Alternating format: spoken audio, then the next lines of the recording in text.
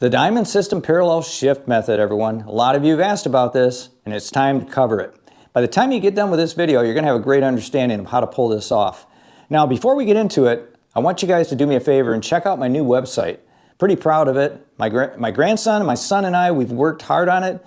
And I'll tell you what, we've got a really good array of merchandise and items, pool-related items, that have our logos on them, like Practice with Purpose, as well as Keep On Practicing. Go ahead and check that out, and if you feel the need to help the channel or support the channel, go ahead and make a purchase. We would greatly appreciate that. So now let's get into this. If you don't know the diamond system, I'm going to quickly show you that. Now, we're going to count from this side, because this is where we're going to be kicking from. In this cushion right here, we start at 0 at this corner pocket, 1, 2, 3, 4, 5, 6, 7, 8. Those are the locations for our diamonds. The fourth one is the actual pocket of the side pocket. And then on this side of the table, it's the same thing. 0, 1, 2, 3, 4, 5, 6, 7, 8. Now we're going to double the numbers from this side. So in this case, I'm going to look at the second diamond in the 8-ball, or the pocket. And then we're going to go ahead and look at the angle into the second diamond, which is at this pocket. So that's 4 over here. So we've got 1, 2. So 2 plus 2 equals 4. So that's the diamond that we would line up to with the cue ball where it's at. Now, we're going to also look at it when the cue ball is over here, and that's the parallel shift. So hang on for that. But now first of all, let's go ahead and just prove that this will work. And let's see if we can hit that 8. Key here is I want to hit a center on the vertical axis of the cue ball, and I want to hit above the equator, not below or at, but above it just a little bit. So I got to have running spin or just forward roll. I got to hit this at the right speed too, so it's a medium speed hit. I don't want to hit it too hard or not too soft. And that's good right there. Now, let's put this 8-ball back out there, and let's go ahead and move. We were right in line with this pocket, and now let's move it over here about that much. Now we would parallel shift, and I'll show you how to do that. But let's first mark that spot over there where that diamond is. I'm going to use these little miniature traffic cones so it gives you guys a better visual. Of course, we wouldn't be doing this in a game situation, but for this tutorial, it'll help you better understand what we're doing here. Now I'm going to go ahead and line up to the side pocket just to verify, yep, that's where we want to be. And you got two ways you can do this. You can pick your cue up and you can try to hold it in the orientation and go here. Now I already see that I brought the tip over too much that way, and I don't like doing that for that reason. And in fact, if I look at where the cue ball is and I look at this diamond over here, we need to be the same distance from this diamond as we are from that diamond, right? So if I look at this and I bring it over to here, that's one way to do it, but look at this here. If I just look at that dimension and I visualize that dimension over there, that's where it would be. Actually, it's this diamond and that diamond. Those dimensions are the same if we look across here when we're over top of the cue ball. So that's a good way to verify that. Now I want to mark that spot right there. So I got this other traffic cone, and we're going to put that right there. Now, how is that going to hit this? Let's see. Let me just double check this as well. That's got to go over just a little bit. If I shoot at that cone, I will not make that 8. In fact, let's try it. I'll show you. This is the secret of this shot. If I hit just center on a vertical axis, watch this. You see that? Not even close. So here is the secret. We split the difference. Let's see where we were at here again. It was right there. So I got to get that thing right back in the line where it was. But what we're going to do now is we're going to split the difference. This is the key. So I'll put another cone out there, and I'm going to aim at that, and I'll make that 8. Now, this is the secret of this shot, and it works. Center axis, vertical axis, medium speed hit. So let me jump in real quick to avoid any confusion.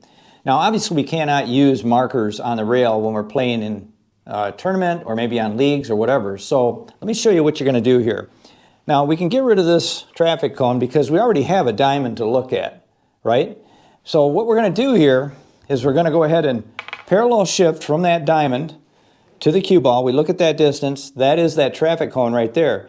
So I'm going to take that cone away right now, and you can see what I'm going to do. Parallel shift from the pocket to the diamond. that distance, boom, that's where it's at right there. And what I do, get this cone out of there, what I then do is I look at the distance between here, and I split it. See, I don't need a marker.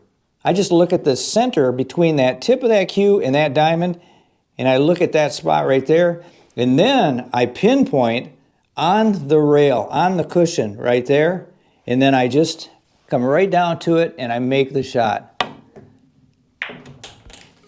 And to show you how the parallel shift works all the way down the length of the table, here I'm starting at the second diamond to the first diamond directly into the corner pocket.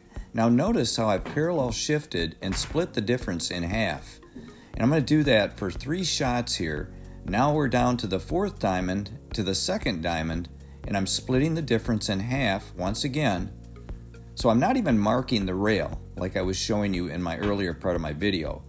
Now this third attempt, I'm going to move the cue ball even more off to the side, which will make me parallel shift even further apart from the line. So here you'll see that I'm visualizing the nosing on the cushion right there.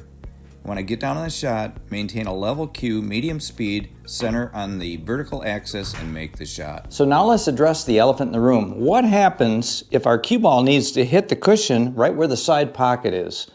Well, let me show you how we can make this shot. We're going to go ahead and pocket that 8. We're going to hit short of the corner or the side pocket just before the point. I'm going to add about 1/4 of a tip of running spin. That's right spin with a little bit of top. Nice level cue, medium speed hit.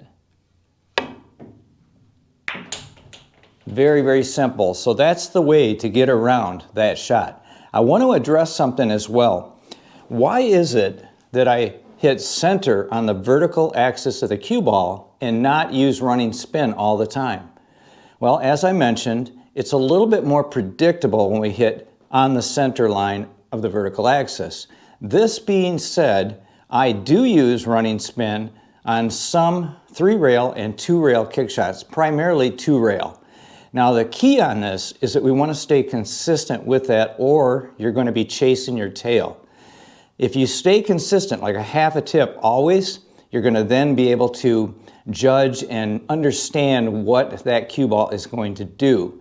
Now that is one way to look at it, but I look at it in another way as well.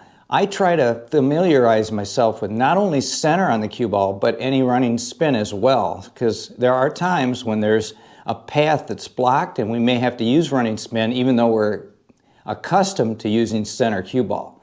So that's the logic that I have there.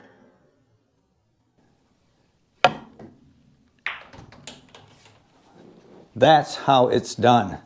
You know, I have AccuFast rubber on this table. It's an Olhausen table. And I will tell you this, that a diamond table will kick differently than this table. Usually kicks a little shorter, so you're going to have to experiment if you have a diamond table. I know that some will probably say, oh, it doesn't work. Well, different tables are going to be different.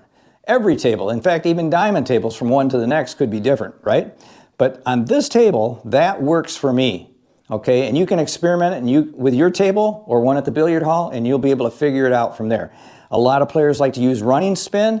I use center cue ball in this case, and then I just go and split the difference. If I were to stay over to this cone here and use running spin, I could make the shot.